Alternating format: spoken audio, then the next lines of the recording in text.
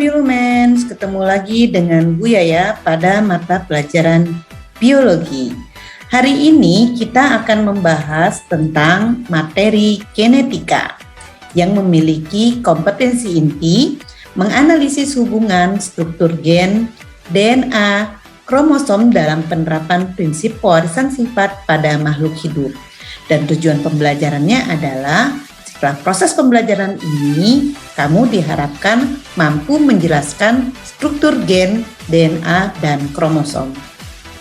Sebelum kita bahas lebih lanjut mengenai materi genetik ini, yuk kita lihat fenomena yang berada di sekeliling kita.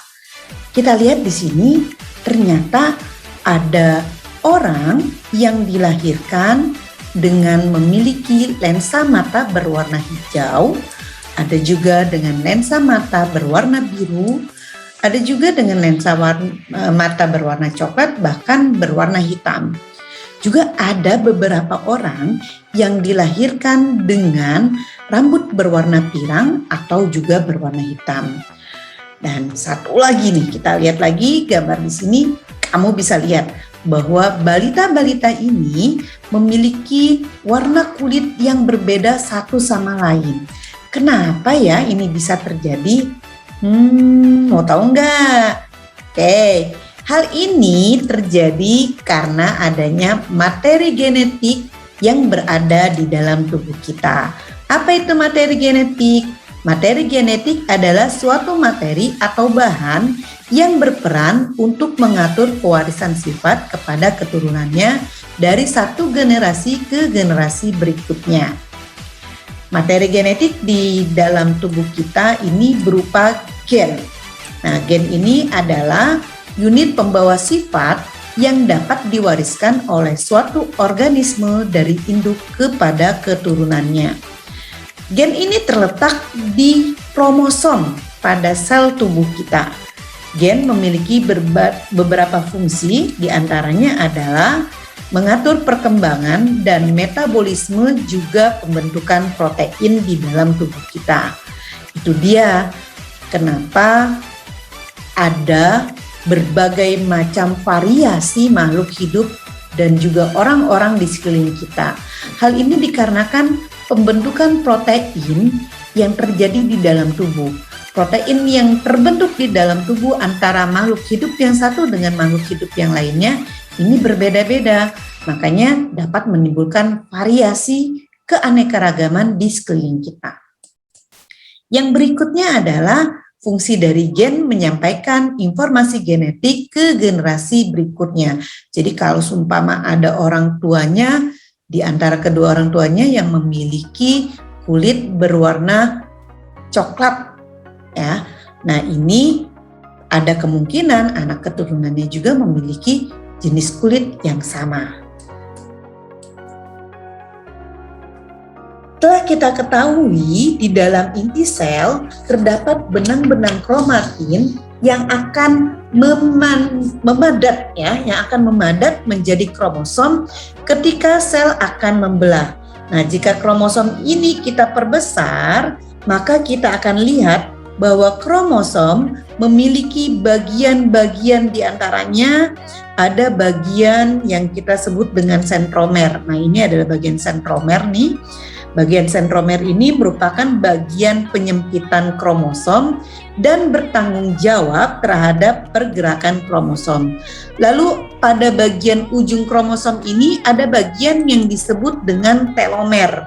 Nah, bagian telomer ini tidak berisi materi genetik. Jadi bagian telomer ini merupakan bagian yang berfungsi mencegah pemendekan kromosom pada saat pembelahan sel. Lalu kemudian ada bagian kromatin. Nah, bagian kromatin inilah yang merupakan benang-benang halus yang kalau kita perbesar,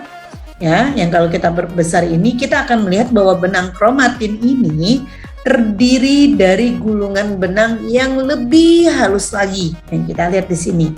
Yang jika kita perbesar, ini akan kita lihat dua pilihan pita. Nah, dua pita yang berpilin ini atau kita sebut dengan kita double helix, ini merupakan DNA. DNA inilah yang kita sebut dengan gen. Jadi, apa itu kromosom? Nah, kromosom adalah struktur pembawa materi genetik yang terdiri dari rangkaian rantai DNA yang panjang dan protein-protein yang mengikat DNA tersebut. Lalu, apa itu DNA? DNA adalah molekul yang berbentuk double helix pembawa kode genetik sifat-sifat makhluk hidup yang berupa gen. Nah, kromosom ini memiliki berbagai macam bentuk. Bentuk yang pertama adalah metasentrik. Kita lihat di sini bahwa posisi sentromer pada kromosom metasentrik berada di bagian tengah, sehingga lengan kromosom yang ada ini memiliki panjang yang sama satu dengan yang lainnya. Lalu ada lagi bentuk kromosom submetasentrik. Submetasentrik ini sentromernya terletak ke arah salah satu ujung kromosom, sehingga lengan kromosom tidak sama panjang. Lalu yang ketiga ada lagi bentuk asosentrik, di mana sentromernya ini mengarah ke arah lengan kromosom yang satu mendekati ujung di sini, sehingga yang satu terlihat nampak lebih panjang dan yang satunya malah lebih pendek. Dan yang terakhir adalah telosentrik. Pada telosentrik ini kita lihat bahwa sentromernya terletak di ujung daripada ujung kromosom. Nah, setelah ini mari kita bahas lebih lanjut mengenai materi genetik. Materi genetik ini dibedakan menjadi dua macam. Ada yang berbentuk DNA, ada juga yang berbentuk RNA. Apa sih perbedaan antara DNA dan RNA ini? Lalu apa saja yang menyusun bagian daripada DNA dan RNA ini?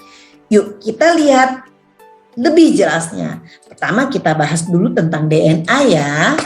Nah, DNA ini terdiri dari untayan ganda berpilin satu sama lain. Kayak kalau kita amati dengan detail, ini strukturnya maka struktur ini akan terdiri, kita lihat nih, strukturnya akan seperti ini, yaitu terdiri dari nukleotida yang saling berikatan. Apa itu nukleotida? Nah, ini nukleotida.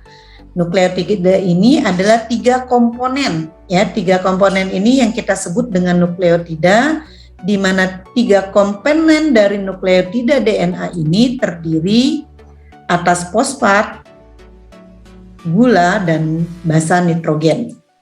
Oke, kita lihat lebih jelasnya komponennya. Yang pertama gugus gula fosfat. Nah, ini yang bulat ini ya, gugus gula fosfat.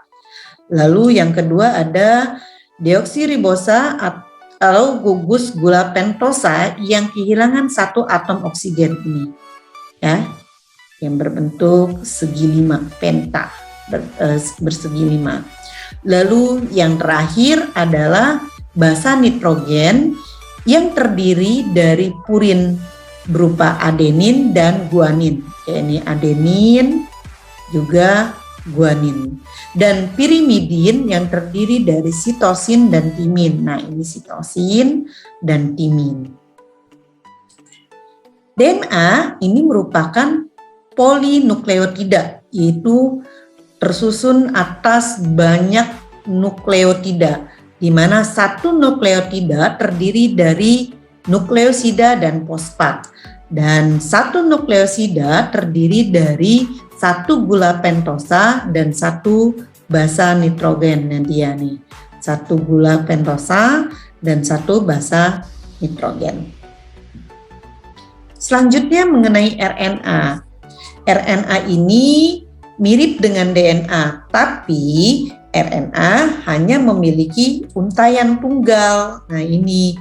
Nah, untayan tunggal ini juga terdiri dari nukleotida yang nukleotidanya tersusun atas gula fosfat ya, gugus gula fosfat, lalu ada lagi gula ribosa, dan yang terakhir basa nitrogen. Nah, basa nitrogen daripada RNA terdiri dari purin, di mana purinnya ada adenin dan guanin serta pirimidin yang terdiri atas sitosin dan urasil.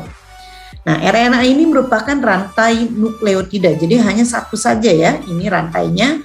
Di sini tersusun atas nukleotida juga, dan di sini RNA ini memiliki berbagai macam bentuk. Yang pertama ada RNA D, yaitu di mana RNA D ini atau RNA duta membawa kode genetik ke ribosom.